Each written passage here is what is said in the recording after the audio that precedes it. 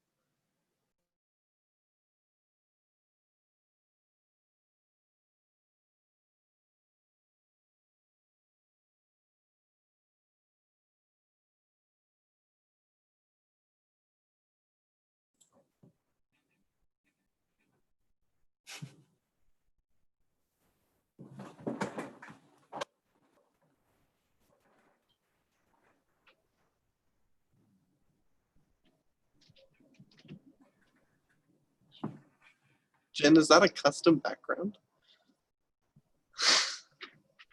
The first one was. This one's not. This is my actual real office. Very cool. We need a custom background. It's pretty neat. Yes, you do.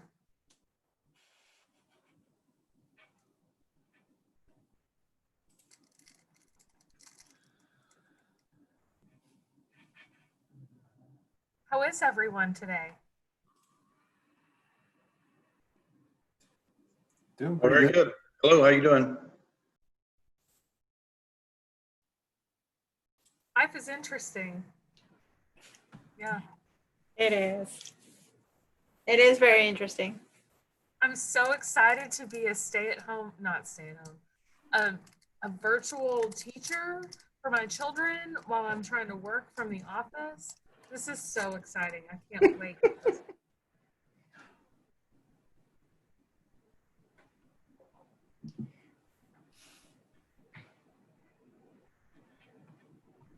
Brian, how have you been? I feel like I haven't seen you forever except for the last UDC advisory meeting.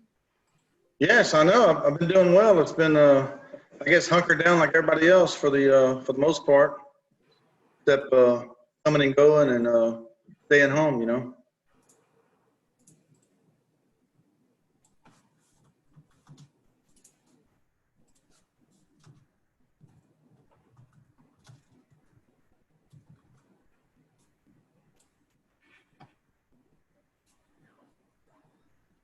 Hi, Adriana. I'm here.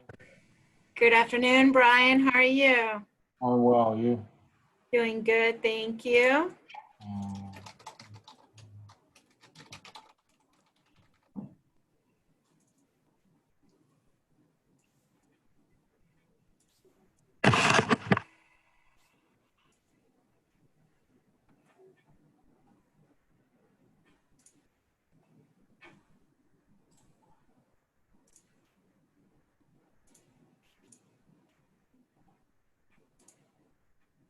Hello.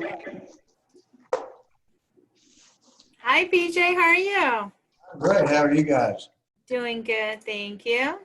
Glad to see it. Glad to see you. Yeah.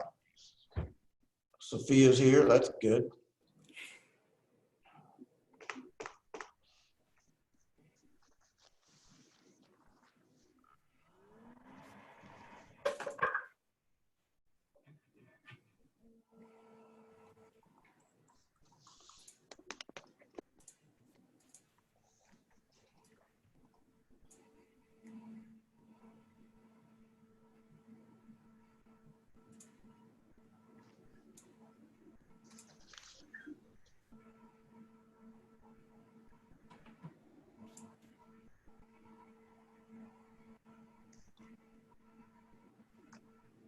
Adriana, do we have anybody signed up to address anything today?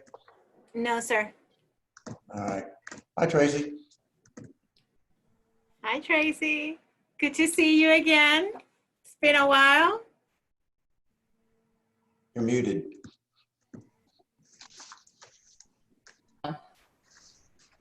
Okay, I'm unmuted now. There you go.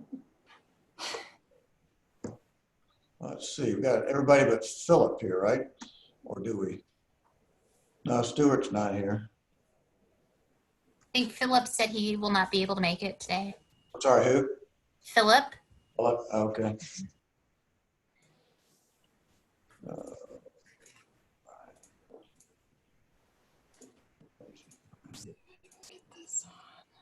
Should we wait on Stuart? I'll give him one more minute. It looks like you have quorum. Yeah. Hold on. Somebody just chimed in. I think that was just Outlook.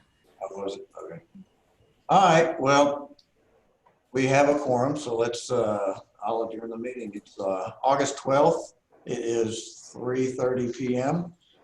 And this is the meeting of the Unified Development Code Advisory Committee. Let's see. Do you want to start off with discussion on the UDC advisory virtual conference will be conducted? That's the regular session A. Do we care? I think all I'll say is just remember to say your name when you speak for record purposes, but there's no one else from the public that are considered to speak. Yeah, I think since there's no one in the public signed up to speak, I'll dispense with the rules and procedures for that. So that can get us straight into the legislative regular agenda. Item C, consideration and possible action to approve the minutes of December 4th and July 8th, 2020.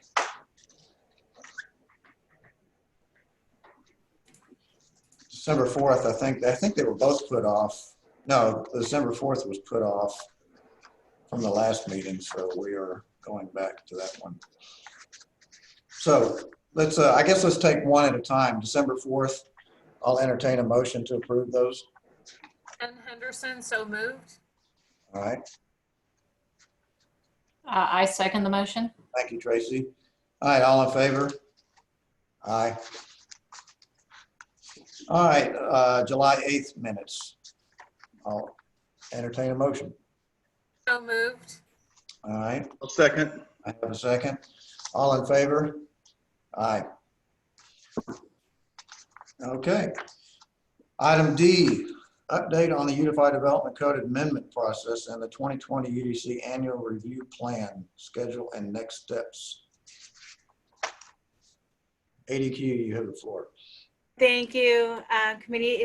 It's great to see all of you again. I know we met briefly at last month, but it's definitely wonderful to have everybody back on reconvening and ask for be able to talk about UDC discussion items.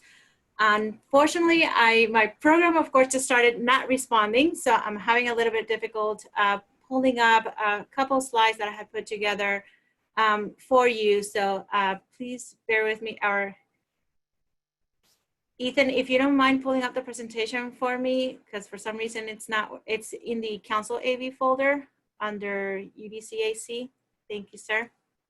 But really what it is just to give you an update. At the last meeting, we had gone over with you very briefly a list of items that we were presenting to the City Council for them to consider in regards to what are the amendments that we're going to be working for the 2020 annual review cycle.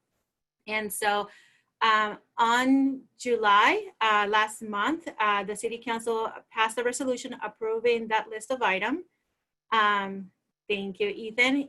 And so now we are in the stages, the very last of that process, of that creation of the list process, where we are now working on the draft amendments and, doing the research and putting that information together. So Ethan, if you can go to the next slide, please. Thank you. So these are the list of items that were included, that City Council has assigned for us to work on. So one of the items is related to the definition of group homes. We allow group homes in several of our residential zoning districts, and they all depend on the size of the group home. So one of the items that we have identified that have come up recently, it relates more to the actual definition of the group homes and how they differentiate based on the number of residences and where they are actually permitted or may be permitted in the different zoning districts. So this particular item is really more geared towards clarifying the definition of group homes, so that we, one, make sure that our code is legally compliant, but also to make sure that our ordinance can actually be enforced as we continue to gain interest from individuals wanting to develop group homes in our residential zoning districts.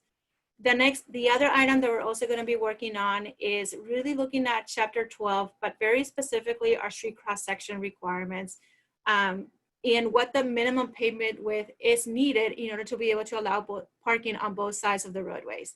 Some of you may be familiar with our current code, where a lot of our street cross sections, the minimum pavement width, are determined to be from the back of the curb to the back of the curb.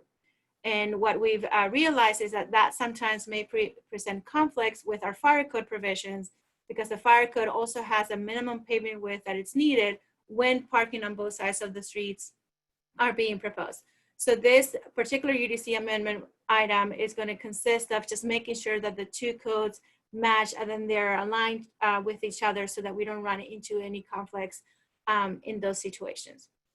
The other item that we're going to be working on, it relates to our sign regulations, specifically our Chapter 10. And this is actually being done in two phases. The first phase is being processed more like an executive amendment, where it really relates more to just making sure that our sign ordinance is constitutional. Several years ago, we had the Reed case that was passed. We prohibits any municipalities, governmental entities, to be able to regulate signs that are content-based. So, our current sign regulation includes a lot of language that says that, if a sign is going to be like a stop sign, as an example, or if a sign is going to have this type of a language, then it has very specific standards. Well, we can no longer do that. So right now we're going through that process where we're cleaning up our sign ordinance to make it constitutional and be able to make it and remove any content-based standards for that. But once we complete that, we're going to go back and look at our sign regulation ordinance and be able to address some of the other conflicts and issues that we have been identified, specifically as they relate to the maintenance, as they relate to portable signage. So as an example, right now our code prohibits portable signage, but you know that we also have a lot of portable signage in certain parts of our city, like the A-frame signs in our downtown area. And then there's all the other kinds of portable signs that a lot of businesses wish to be able to put up. So it's being able to address is the allowance of portable signs and how we can do that. Being able to really distinguish and differentiate the differences between temporary signage and banners, but also being able to look at digital signage. When is that appropriate for it to be allowed? And if so, what type of digital signage, what the area would be, what would be those lighting standards associated with it. So those are some of the items that we're going to be looking at with that sign regulation. Ethan, you can go to the next slide now. Thank you, sir. And then the next item has to do with our tree preservation and landscape regulations, and really being able to address a lot of the conflicts and holes, if you will, that we have been able to find throughout that ordinance, the implementation of that ordinance, as we're reviewing subdivision cases, as we're reviewing site plans. So I'm not going to go into detail on this one because that is the next item on the agenda that we're going to be spending some time talking about. But that is one of the items that was approved as an item for us to work on during this amendment review cycle. So that is the homework that we have received from our City Council, and items that we look forward to working with you this year. So as a recap of our process, as you know, we always start off by doing some research, whether it's looking at what some of the best practices are out there, what some of the other cities are doing. We look at our development applications and other cases that we have reviewed, just to see what some of those issues that we come across. In the applicability of our regulations, we've looked at alternative requests, meaning that, have we gotten a lot of requests asking for variances or deviations through PUDs or something to that effect. Then we bring those items to you, and with you, we review what the issues are.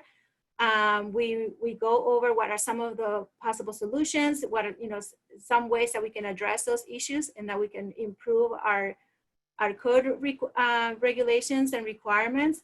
We work with you in getting feedback and getting your direction to see what changes and what actual draft language that we need to be able to do. And then, when needed and as applicable, we even obtain your feedback on what some of those public outreach efforts should be. Then the next step in the process is that we go to City Council, typically through a workshop session, kind of like for the same purposes and reasons. Is to review with them the issues, those possible solutions, and really obtain their feedback to make sure that, are we headed in the right direction? Is there something that we are missing that we need to address?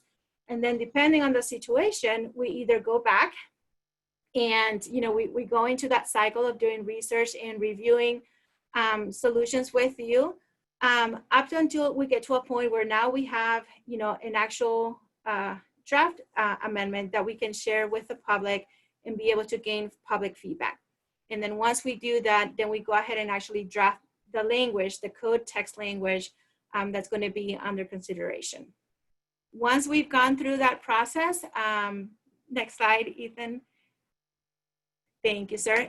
And we are actually finalized the draft language and obtain, included all the comments and the feedbacks and directions that we have received. Then we actually we draft a final ordinance, if you will. We post that online for public comments and feedback to be able to do that. And then once those changes have been incorporated, if we do get any, then we come back to you for a final recommendation to City Council. We go to PNC for a final recommendation to City Council.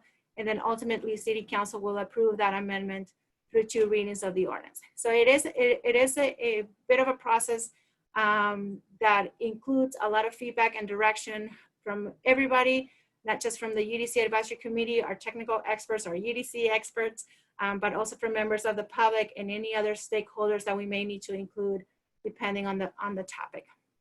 So with that, really what we ask of you, as we continue to work on all of these items and continue to move forward, is make sure that you review those sections of the UDC. We definitely will try our best, and where we fail, please let us know to give you the specific sections that we're going to be looking at, so that you have an opportunity to go and actually look at the UDC, be able to see what the actual existing standards are.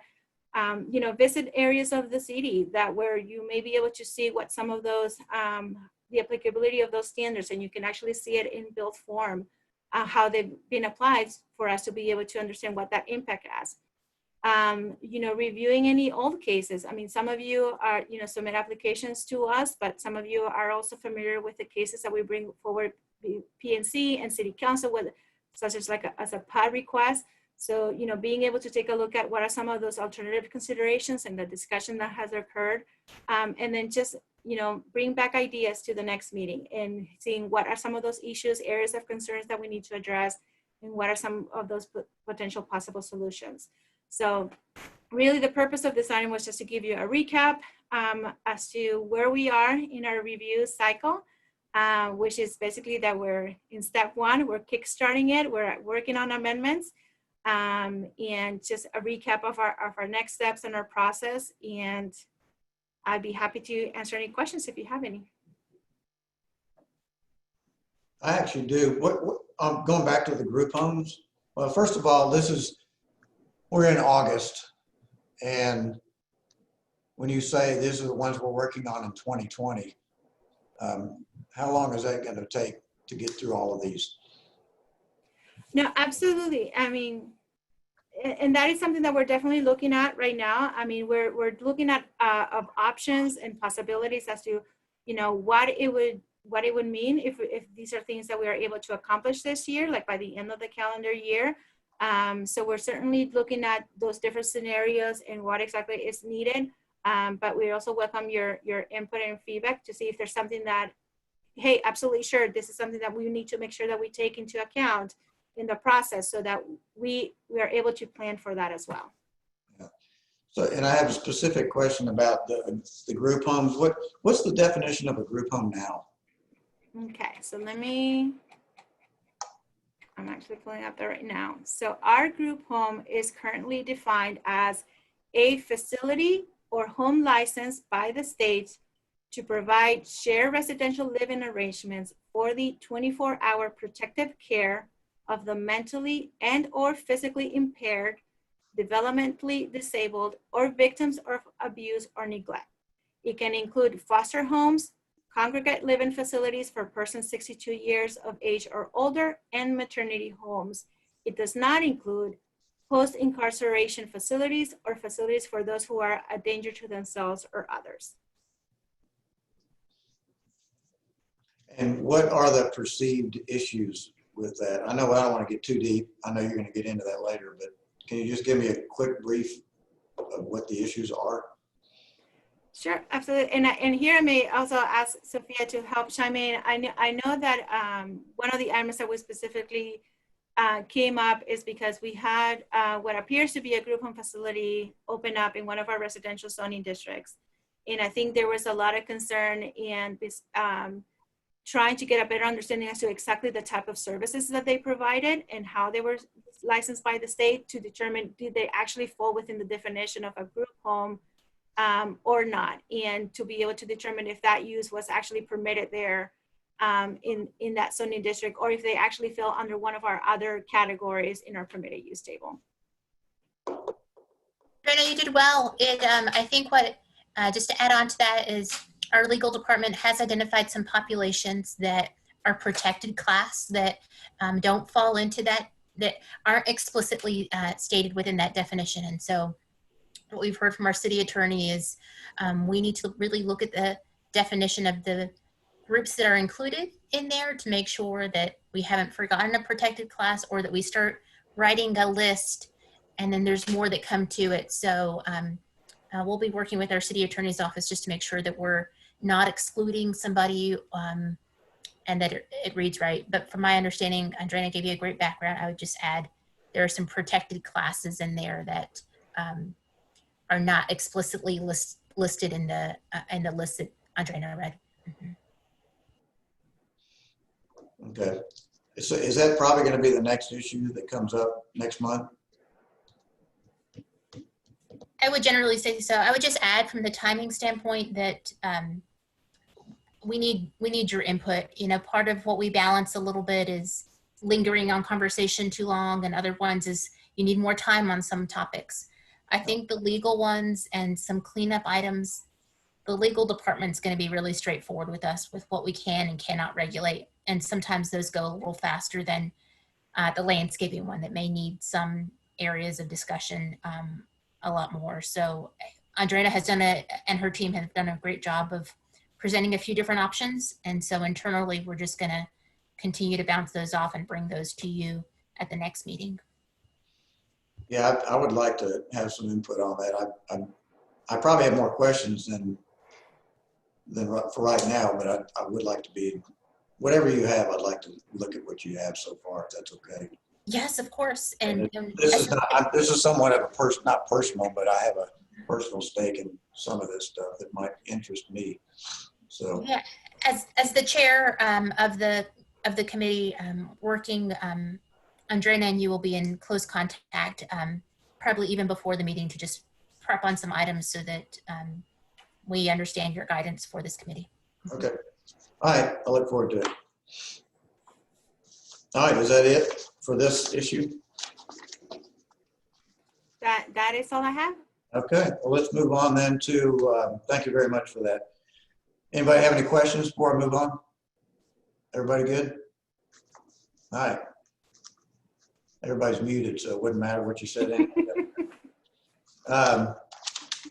Okay, item E, presentation and discussion on proposed amendments to the UDC related to tree preservation and landscaping standards.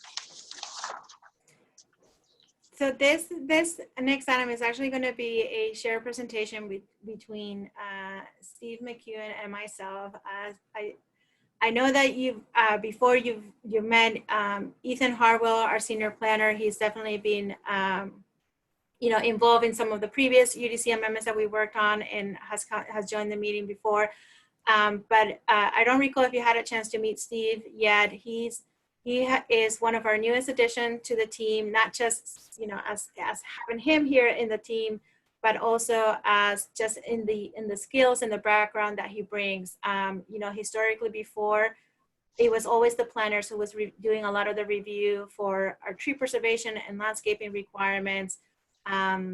And so now that we've brought in Steve to be able to help us out with those reviews, he's definitely brought, a different level of expertise and background knowledge. And in a lot of cases, really point at us to the things that we have missed, or we were like, no, that's not how this works. This is what you need to do. So a truly great asset. So with that, my computer continues to throw on issues. So Steve, do you mind pulling the presentation up, please?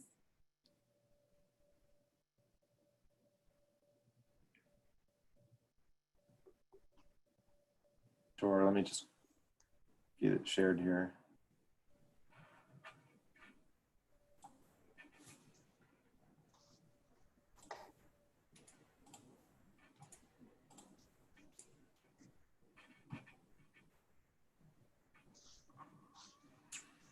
Can everyone see? Yes. Can you do the slideshow view? Oh,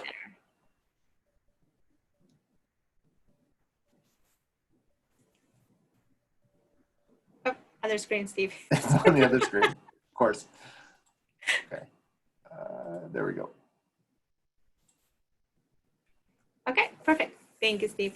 All right, so really, as mentioned, we were going over the topics, and the tree preservation and the landscaping regulations is one of the bigger cleanup items that we've identified. That it's going to, because there are several cleanup items that we need to be able to work on and be able to do. So we wanted to take this opportunity and this meeting to really get you started and giving you some background information and some overview as to what our existing tree preservation and landscape regulations are, and then kind of like outline sort of like some of those issues and opportunities for improvements that we've identified, gain your feedback on that, and sort of like outline our plan of how we see right now tackling this particular type of amendment. Steve, do you mind going to the next slide, please? Okay, so this is your landscape UDC amendment team. It's all of us have been able to provide support from Ethan to Michael, our other planner, who I believe you've also met and worked on before, in really being able to provide supporting roles to Steve, who's going to be our lead planner in this particular amendment. As I said, because a lot of it because of the background and skills that he brings, but also because now he has become our #1 implementer of our tree preservation and landscaping ordinance, and a lot of his backgrounds and also his understanding of other code requirements, particularly when it that may impact the trees, his understanding of those requirements has presenting a lot of value in being able to address things or looking at it from a different perspective and looking at other possible solutions for us to be able to address some of the complex and issues that we have come across. Next slide. So as mentioned, our presentation for today is really broken down into 2 parts. So the first part is going to be doing an overview and kind of like an introduction, a 101 course, if you will, or a crash course, if you will, on a tree preservation and landscaping ordinance. In that part, it's going to be covered by Steve. And then the next part is going to be covered about what some of those next steps and action plans that we've started putting together of issues that we have identified on how we see that we can best tackle this amendment. And of course, really being able to request your feedback for that. Obtaining your feedback on any other issues, opportunities that you have identified that perhaps we have missed. And that we need to make sure that we include, but also obtaining your feedback in regards to what are some of the information that you need from us to help you and facilitate the review and this amendment process, but also just on the process itself and in our action plan in regards to like how the best way to be able to tackle this. Next slide, please. Actually, next slide. You can go to the next, perfect. All right, so with that, part 1, I will turn it over to Steve and he will walk you through our landscaping and tree preservation ordinance.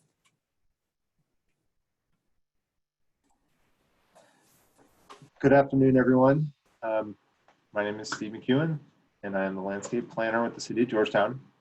So today I'll be going over our tree preservation and landscape ordinance, the parts of it that we are looking at and reviewing as far as clarification and updating.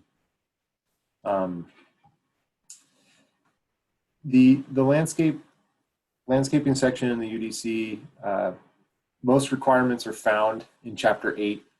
The big ones, the big items that we will be looking at are associated with trees, street yards, parking, and the buffers and screening. These portions of Chapter 8, however, are also influenced or influencing other chapters within our UDC. Those are related chapters and bulleted here as Chapter 3s, 3, 4, 11, 12, and 13 and 15.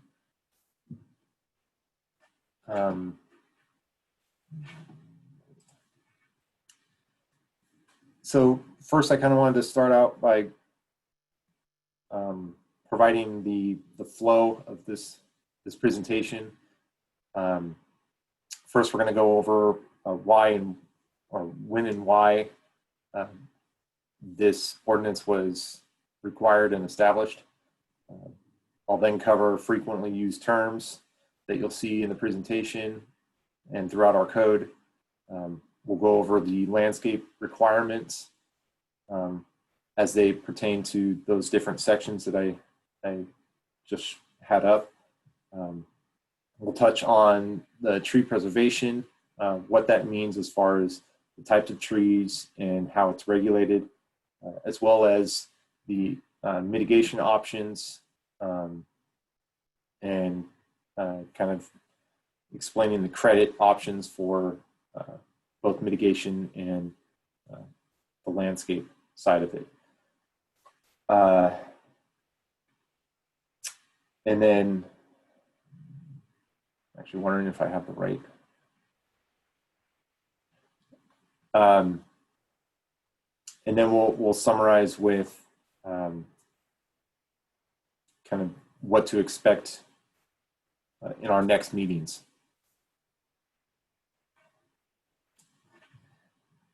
So the tree ordinance, the purpose behind it and essential terms are listed here.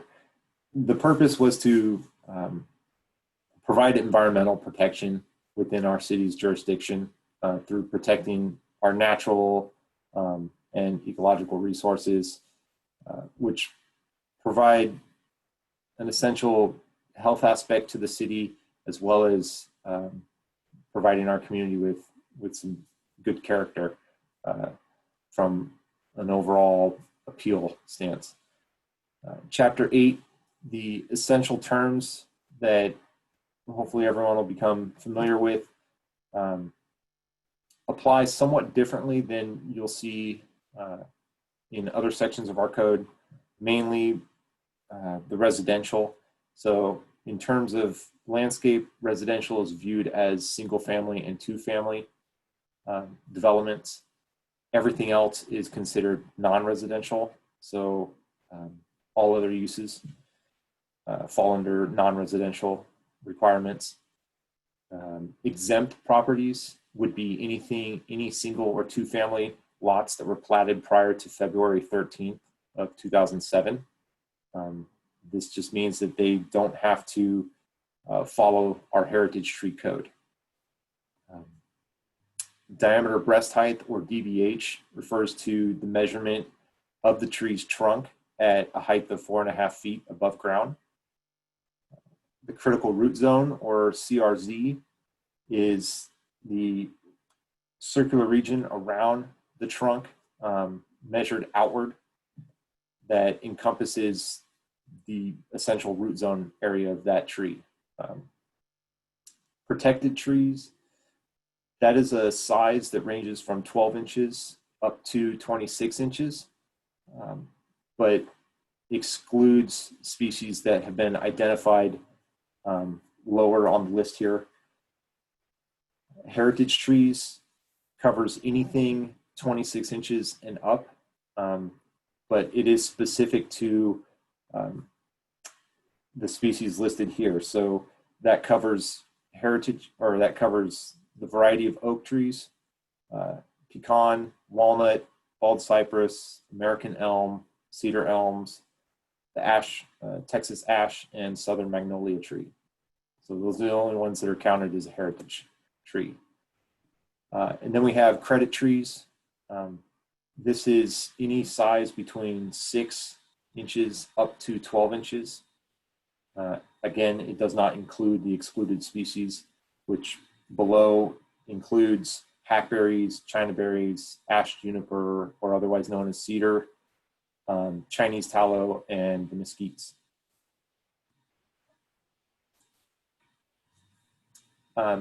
Steve, I have one question. Sure. On exempt, if a developer renews a plat but doesn't seek permits, how many times can he do that? Say from 2007, is it a continual process until he starts development where he can retain the grandfathering, or it's only can renew a plat like 2 different times and you lose the grandfathering?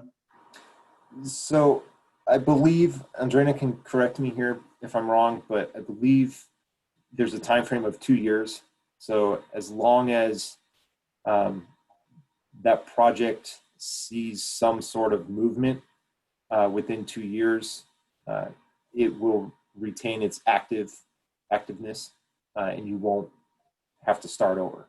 So if it exceeds that 2-year requirement, then that's when you'll end up having to replat. And Once at a that PUD point, starts you- development, they retain the exemption continually, huh? I believe so. Okay, all right. Yeah, so Brian, so there's kind of, if I may add on to that, there's when we talk about the exempt properties, they have to be platted, right? So they had to have been platted prior to that date, meaning that they have the plat was recorded. So in that case, there's no time limit for it. There's no expiration or anything like that. If they come in and replat that lot, meaning that they're replatting what was previously platted before, then the replat would be subject to our current standards. They would not still be considered to be under that exemption rule. In the cases where a plat has not been approved yet, or I should back up. In the case where the plat has not been recorded yet, typically, then yes, Steve is correct. A plat can remain valid and active for up to 2 years, because they have 2 years in order to be able to record it. They also have options to be able to ask for a one-time, I think it's a 6-month extension to keep that alive. But as long as we're able to still demonstrate that they're doing their projects, especially with large subdivisions that can be platted in multiple phases, you typically can go back all the way to the original preliminary plat date, as long as it hasn't expired or anything to that effect.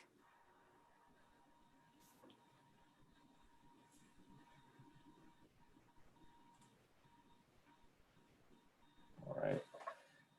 So our landscape ordinance, as I just kind of touched on, the purpose behind this was to protect the character and enhance the ecological and environmental aesthetic qualities of our community. On the right, you'll see the requirements of both residential and non-residential development. Residential is pretty minimal and is required when the lots become developed. So those requirements are shade trees, and then the residential lawn to be installed. For non-residential development, you're looking at street yard landscaping, parking lot landscape requirements, gateway landscaping, and buffer yard and screening requirements.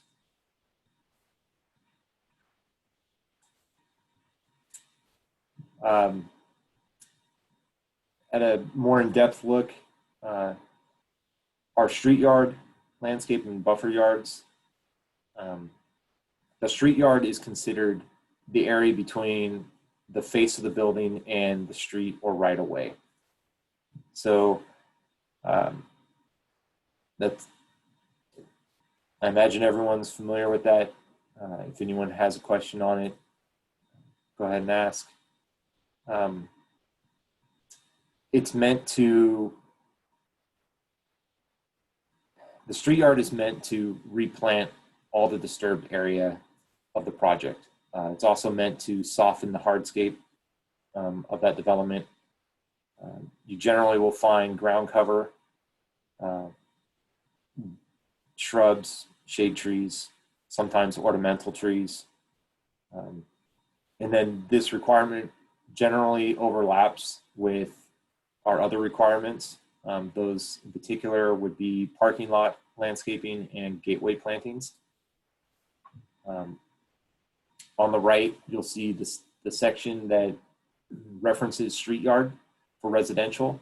As I mentioned, the shade tree requirement, that is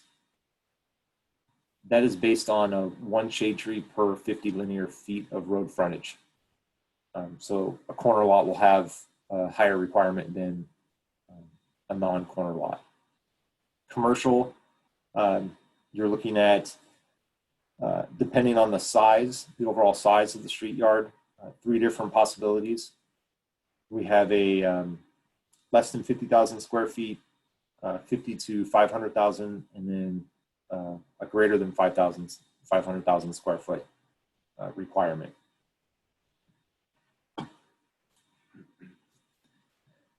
For our gateways, the landscape requirement is meant to give our major corridors in the city a more aesthetic appearance. This only applies within the gateway overlay districts.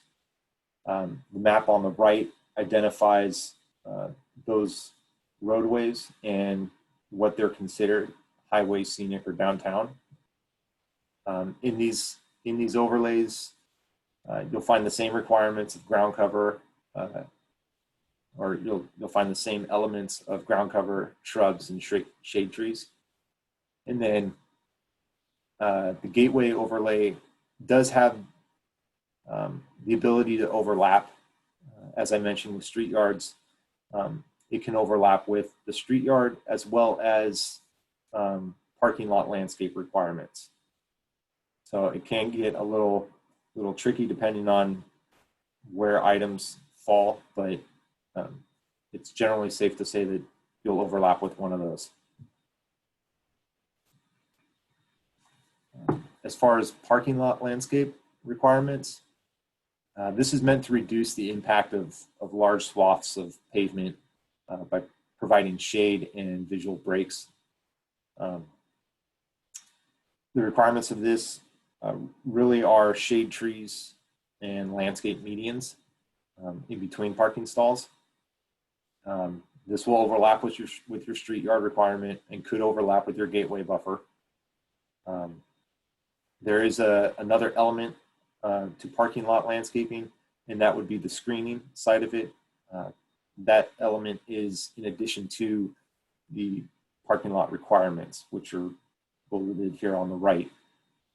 All spaces are required to be within 50 feet of a shade tree, as well as all spaces located within the street yard have a required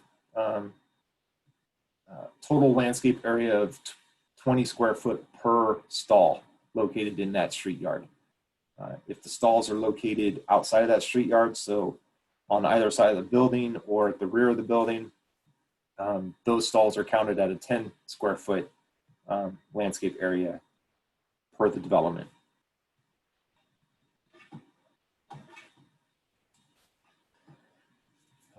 Moving on to buffers and screening. The buffers and screening are elements that only need to be provided in certain situations, in addition to other landscape requirements though. The focus on this is for mitigating specific nuances between zoning districts. That's where your buffer yards will hit. Stormwater facilities, that includes features such as ponds, ditches, culverts, swells, among others. And then your screening requirements are specific to parking, mechanical equipment, waste containers, and loading docks. On the right, common theme with this presentation is on the right, I will have identified the section that those apply to for both residential and commercial. Here, the residential really only applies to the stormwater facilities. So your ponds will have a shade tree buffer required on them if they're adjacent to right of way. The commercial properties, however, in most cases will have buffer yard requirements, stormwater facility requirements, and screening requirements. And that's mainly due to the parking for the screening and the utilities.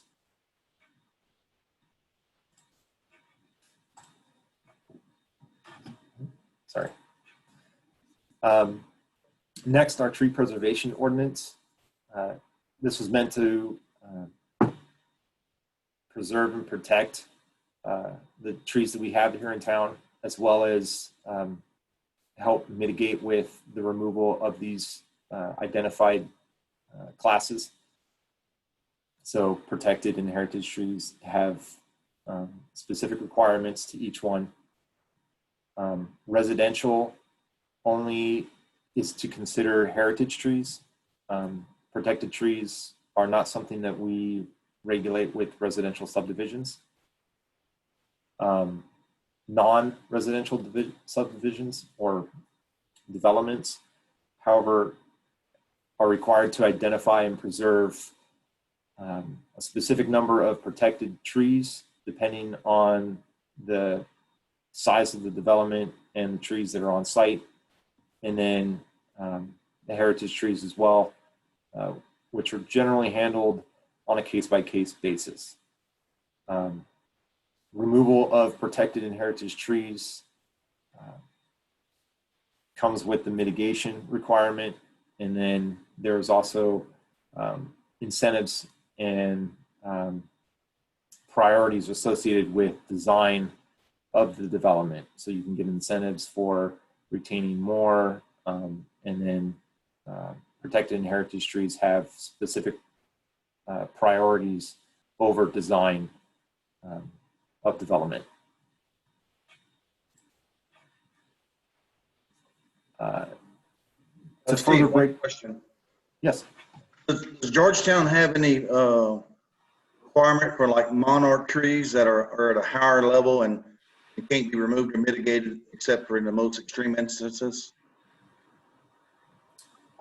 We don't classify any monarch trees.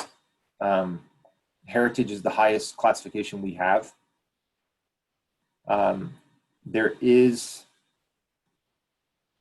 Our code does allow if a tree, for instance, if we were to classify a tree as having a historic value or a high significance to the community, we can make that a requirement, as that tree can't be removed. So we do have that leeway, but we don't have anything higher than heritage. That is the highest classification we have.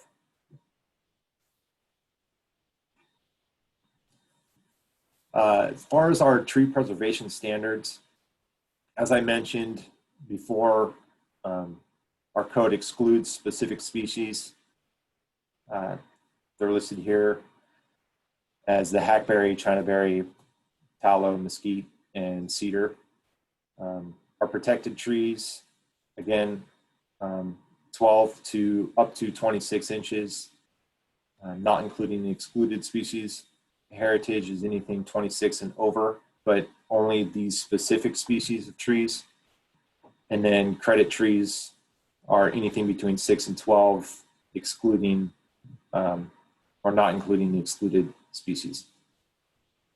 On the residential side of this, again, you're only looking at heritage trees, and the only properties that would be exempt would be anything that was platted prior to February 13th of 2007. With commercial properties, it's required that protected and heritage trees be identified, and for any removals, mitigation is required. And then credit trees, as I kind of mentioned earlier, those, if you plan on, or if a developer plans on using credit trees, those need to be identified as well. So those are treated as if they are protected. They have a lot of the same requirements as far as our tree protection fence, and then being identified on plans.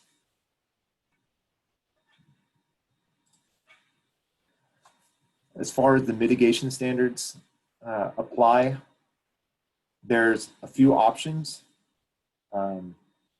We have fee in lieu, we have on-site replacement, there's the credit tree option. This option, however, only applies to protected trees. It does not apply to heritage trees. And then there's the aeration and fertilization as an option. There is another option in our code. However, I did not list that one here only because it refers to being able to plant off-site and on a park. And a lot of that is generally not agreeable with parks and rec. They do not want plantings to occur within their parks unless they're the ones doing it. So in their opinion, the fee in lieu goes to them, and then they use that money to plant on parks or beautify different areas within our community. Oh, is that option not available then, or Right. is that option not available then? The option is available. However, since I've been with the city, it has not been allowed. So that's kind of that. Seems like we ought to either fix that or keep it in or get rid of it. I don't know. I'm not saying either one is the right one. I'm just. Yeah, I don't know if we will actually strike it, but it'll definitely be something that we'll look into to see how we address it in the future. I think that what we can do is engage parks to understand what were those reasons behind the requests that were made that didn't just work out to the best, that they felt like that was the best option, and we can bring that to you. Maybe there's other reasons, but I think knowing the reasons will help the committee decide whether to strike it or whether to keep it in and just amend it. Mm-hmm. Yes, I agree. Definitely we need to bring them in on that one.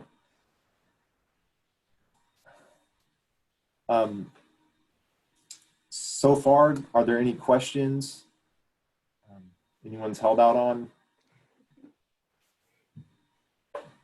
Steve, I have one question. Sure. I saw in your first slide, it mentioned enforcement in a different chapter of the UDC. Yes. But my experience in Georgetown, compared like with Leander and Round Rock, is that if you look at the UDC, then development, permits and inspections is a three-legged stool. We don't really have an enforcement arm for a lot of the regulations and requirements for parking lot screening and stuff that I'm not sure if it's covered in both the UDC. You may need to look at it, but like the requirements that are in the water conservation plan for additional soil amendments or depth of topsoil and the types of turf grasses.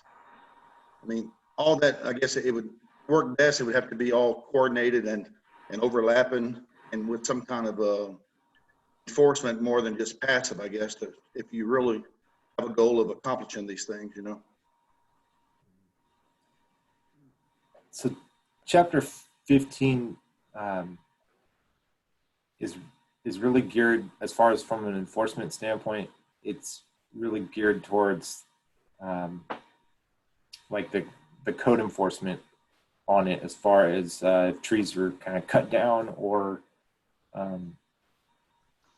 just being mishandled on a project.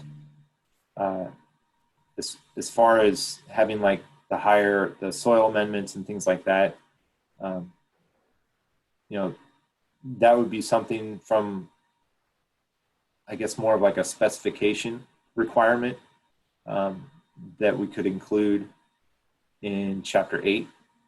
We have install and maintenance section of that code that we could easily add to for those type of requirements.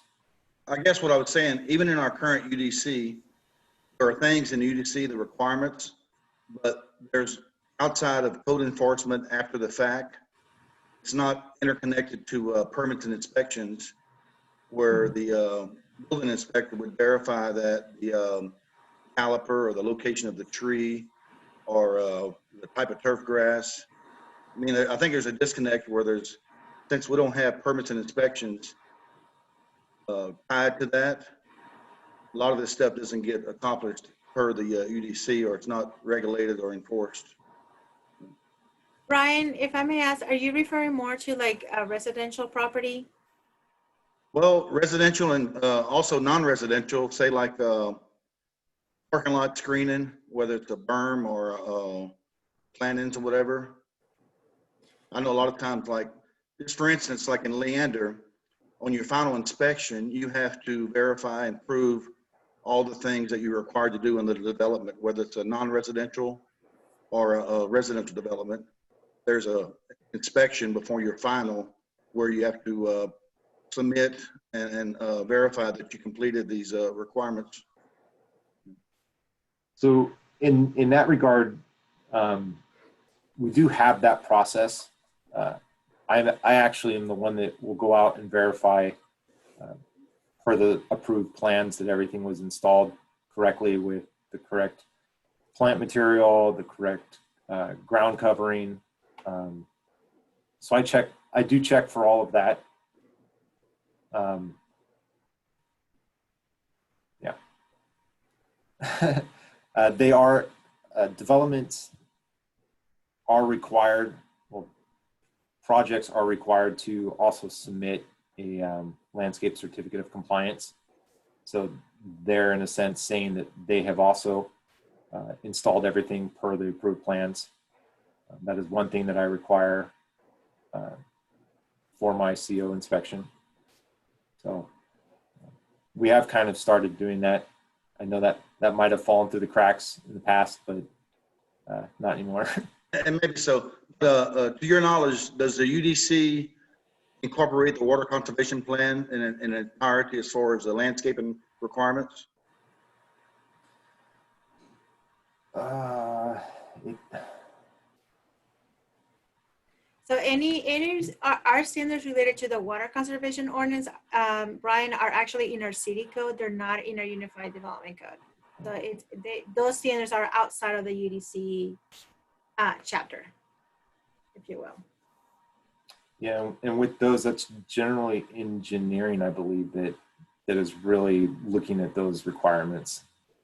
If I may just add something, you know, one of the proposed amendments that was asked for by the Planning and Zoning Commission was to look at how do we incentivize drought tolerant and low water use types landscaping.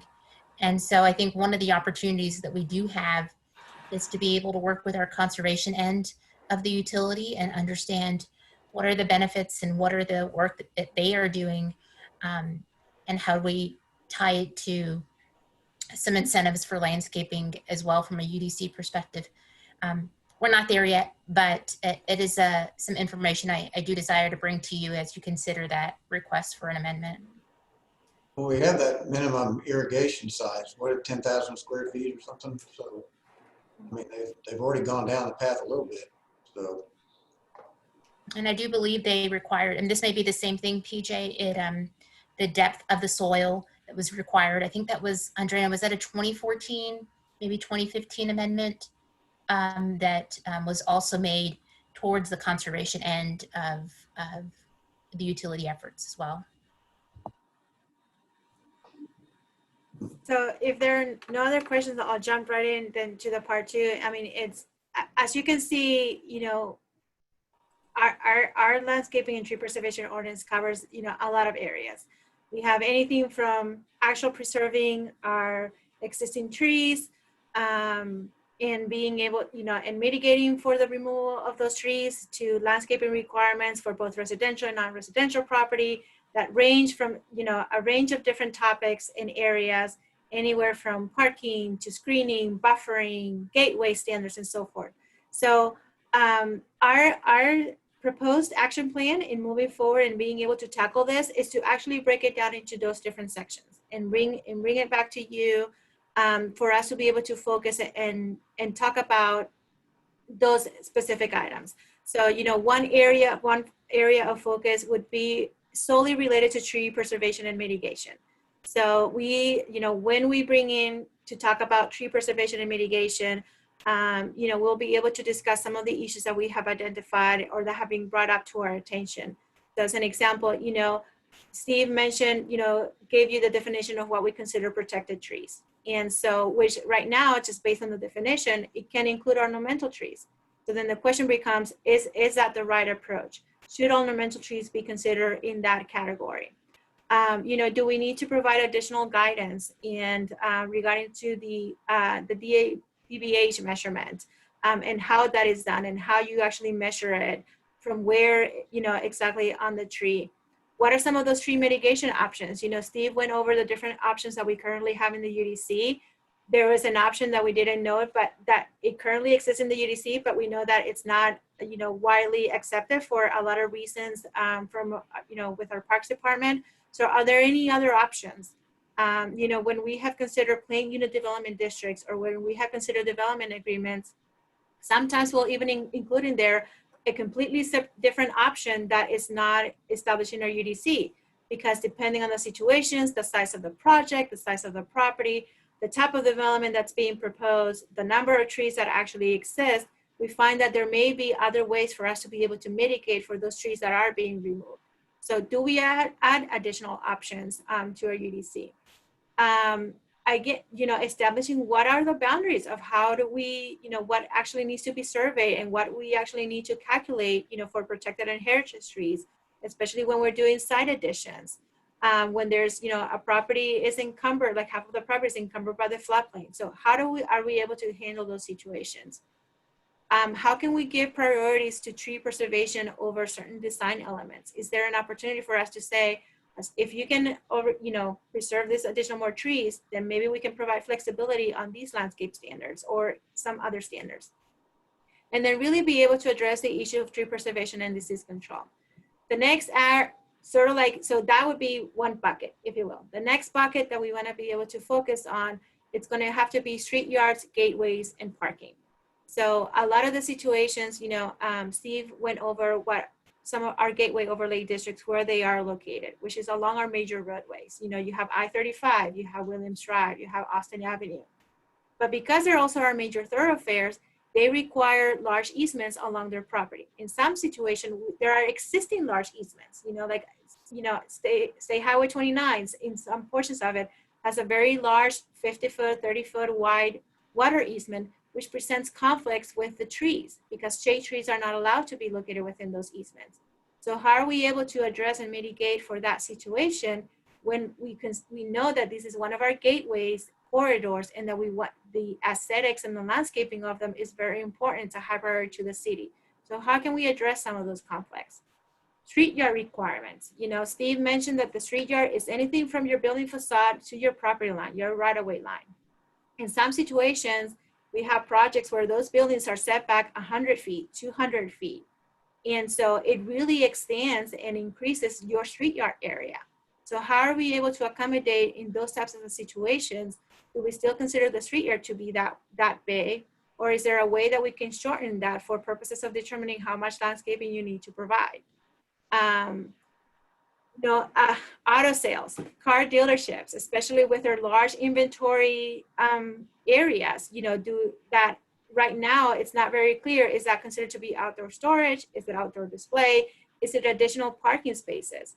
And our code requires additional trees for any excess parking spaces that you provide above the minimum requirements. So how can we address landscaping requirements for those car dealerships, especially when we know that in those large areas where all the vehicles are located, the feedback that we get from our car dealerships is that they don't want to add more trees because the trees can impact their inventory.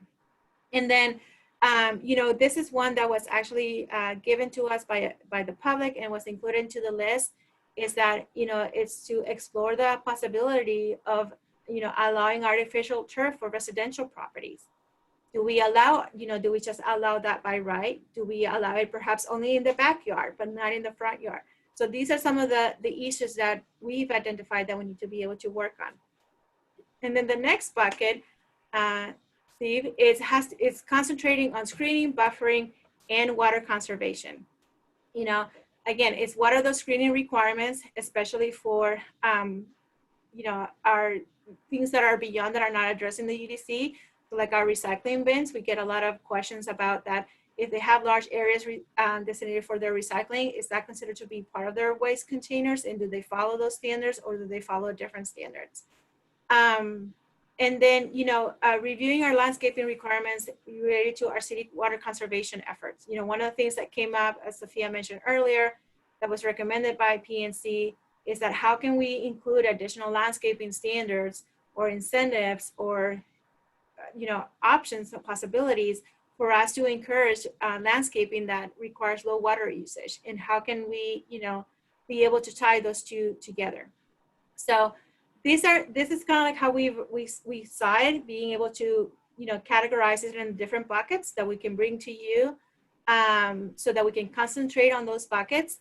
And, you know, and for each of these buckets, that this is what we want to do. We want to review these issues with you. We want to be able to review some possible solutions for us to address that, to address those issues. And we want to be able to get your feedback and direction of, you know, how we can draft that ordinance language. You know, once we're able to do that, as I mentioned in my previous item, we'll go ahead and start drafting the ordinance language. We'll do our public outreach, public review, and then bring it back to you for final action. So right now, first question that's on the table is that, well, do you have any questions about any of these issues that you need additional information on? But are there also any other issues here that you are aware of that we haven't identified that we need to bring up, that we need to make sure that we include? I think you covered it, and I don't remember because my memory is failing me, but we had some issues or some concerns about surveying, and I think you briefly touched on it a little while ago. Mm-hmm. But that is something I think we're going to need some clarity on, because we do get a lot of head scratching from our survey crews. You know, I can't remember just off the top of my head, but there was issues about, is this or is this not a tree we have to locate? And I think at one point ornamentals showed up as something we had to locate, and I have to go back and research that again, but that's certainly something we'll be looking at.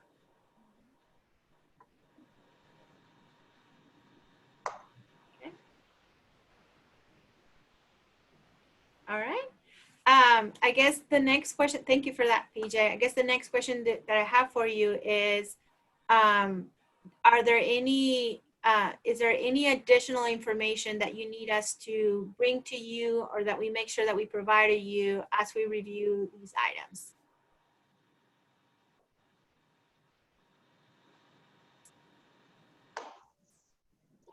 Quiet up there. It is very quiet up there. It's late in the afternoon and we're not meeting you. Otherwise, I would have had chocolate and coffee for you guys to keep you awake, and, you know, but I'll make it up to you, I promise. Adrienne, I had one question. Yes, sir. I would like more background, like on artificial turf. I know it's been a topic for many years, and I see a lot of it going in the city. But, you know, if there's a vacuum, if you don't fill it with standards, people take care of it themselves. But I guess it would be good to hear something like what the city likes or doesn't like about artificial turf, or I guess as we move toward it, it'll naturally come, I guess, with just some of the best practice or the goals of the city in regard to why or why not why haven't we had an artificial turf yet, and going forward, maybe what the expectation is. Absolutely. Absolutely. We can certainly, any information research that we find, we'll certainly make sure that we provide that to you so that you have that as well and share that. Andrea, it's Brian Robinson. I was going Yes, to sir. do exactly the same thing as my brother Brian. So one thing that jumped out at me is I wonder what the background is on this artificial grass issue is. So yes, I would love to see that as well. Okay. We can certainly do that.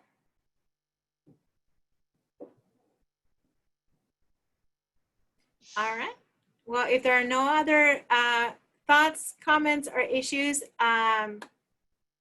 here's your homework assignment for the next meeting.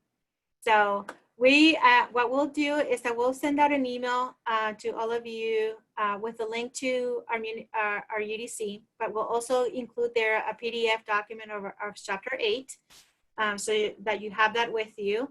And we'll include, just like we had here in the presentation, we'll include all the sections that are related to all these issues that we've identified here in the presentation, so that, at your leisure, you can certainly go into the UDC and be able to read those sections and gain some of additional background.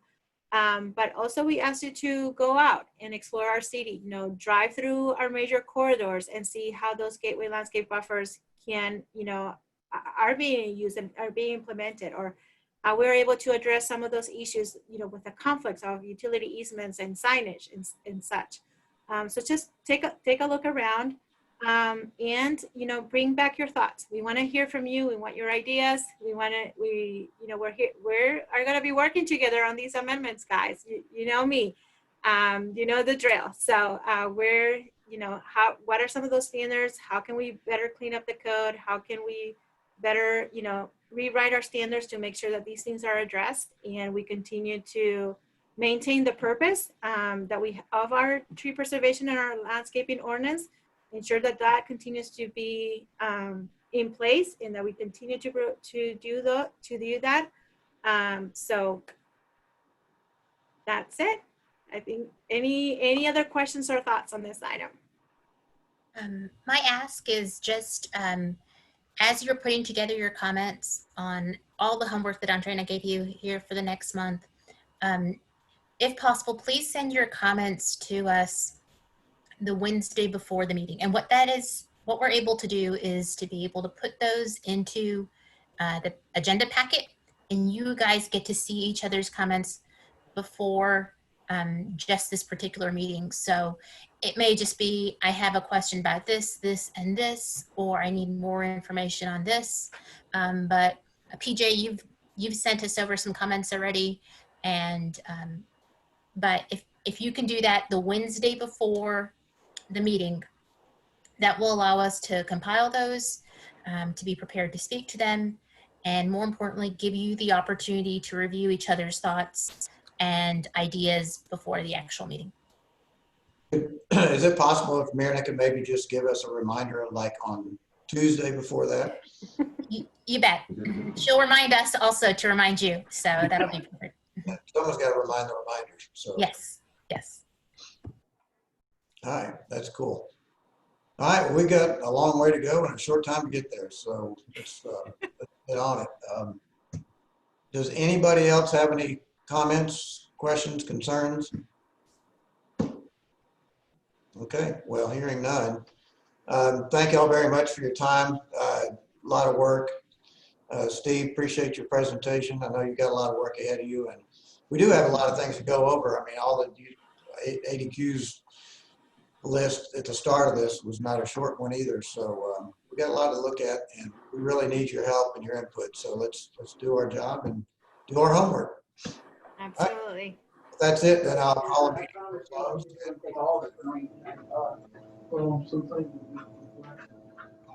I'm sorry, Stuart, I lost you on that. That was actually people walking past my office. Well, Sorry. that's all right. All right, well, if that's it, then we'll call the meeting to a close, and we'll see you next month or sooner. All right. All right, thank you. Thank you all. Enjoy the rest of your day. Thank you. All right.